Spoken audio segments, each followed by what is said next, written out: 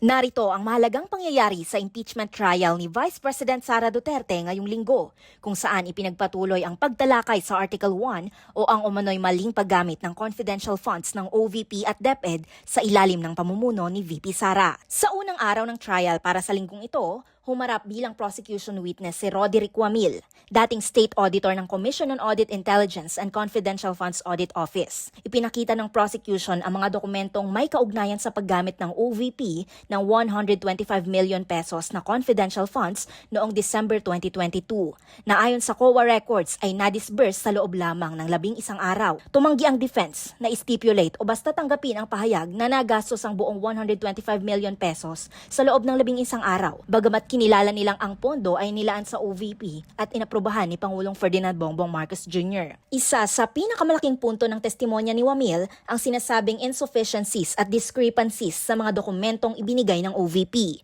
Dagdag pa dito, gumamit ang OVP ng acknowledgement receipts sa halip na sales invoice o official receipts. Kabilang sa mga binanggit na gastusin ang humigit kumulang 500,000 pesos para sa tables and chairs at 3 million pesos para sa desktops, computers at printers. Sinabi rin niyang hindi malinaw sa mga dokumento kung ang naturang mga binili ay talagang para sa confidential operations. Batay sa ilang dokumento, lumalabas na non-compliant ang opisina batay sa Joint Circular 2015-01 na sinusunod ng COA. Lumabas din sa pagtatanong kay Wamil na 73 million pesos mula sa 125 million pesos na confidential funds ay subject sa Notice of Disallowance ng COA dahil sa mga paglabag umano sa guidelines sa paggamit ng confidential funds. Samantala, sinabi ng defense na may paliwanag ang OVP sa paggamit ng pondo at sinabing hindi iligal kung nagastos man ito ng 11 araw. Nitong Martes, mas lumalim pa ang pagtatanong kay Wamil kaugnay sa 125 million pesos na confidential funds disbursement per quarter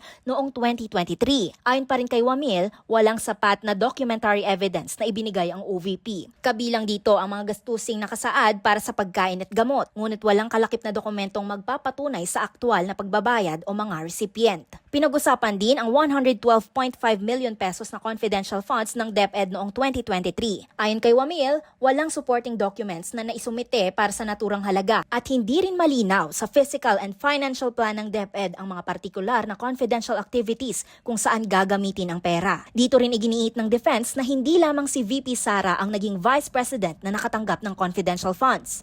Nagpakita si Atty. Michael Poa ng Special Allotment Release Order na nagpapakitang mayroon ding confidential fund allocation ng OVP noong 2014 noong si Jejo Marbinay pa ang Vice President. Ginawa ito upang kontrahin ang lumalabas na claim na si Duterte lamang ang Vice President na nagkaroon ng ganitong pondo. Samantala, naging isa sa mga pinag-usapang bahagi ng hearing ang sinabi ni Private Prosecutor Lorna Capunan na tila scam ang sistema ng paggamit at liquidation ng confidential funds ng OVP at DepEd. Ipinunto ng prosecution ang mga acknowledgement receipts at pangalan ng mga di-umano'y recipients, kabilang sina Mary Grace Piatos, Renan Piatos, Miko Harina, Andy Lim at Alejandro Piquit. Sinabi rin ng prosecution na pinag-aaralan nila na isabina si Mary Grace Piatos upang humarap sa impeachment court.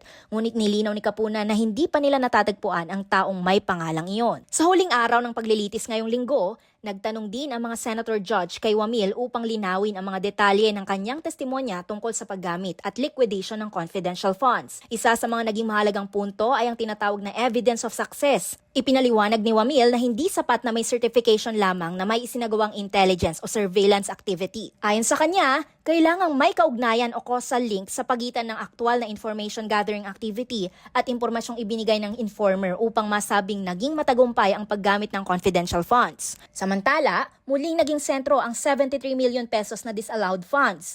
Ayon kay Wamil, ang COA order na ibalik ang naturang halaga ay final, maliban na lamang kung maglabas ang Supreme Court ng temporary restraining order. Iprenesenta na rin sa araw na ito ang ikalawang testigo para sa Article 1 na si Cylene Del Ocampo, ang kasulukuyang supervising auditor ng COA ICFAO. Ngunit naputol ang kanyang testimonya ng pag-usapan ang 845 acknowledgement receipts na ginamit ng OVP sa liquidation ng 125 million pesos. Iniutos ng impeachment court sa prosecution at defense na magkaso pagkakasundo sa petsa kung kailan nila paghahambingin ang mga resibo. Mahalaga umano ito dahil bahagi ng issue ay kung sapat ba ang mga acknowledgement receipts bilang dokumentasyon ng paggamit ng confidential funds. Samantala, tinutulan naman ng defense ang mga pagmamarka bilang prosecution exhibit ng bahagi ng affidavit ni Arturo Las Cañas na iniuugnay sa aligasyon tungkol sa Davao Death Squad. Giit ng defense, hindi notarized ang affidavit at wala ring competent witness na nag-a-identify nito. Gayunman, ibinasura ng impeachment court ang objection at pinayagan ang pagmamarka sa naturang bahagi ng affidavit bilang prosecution exhibit.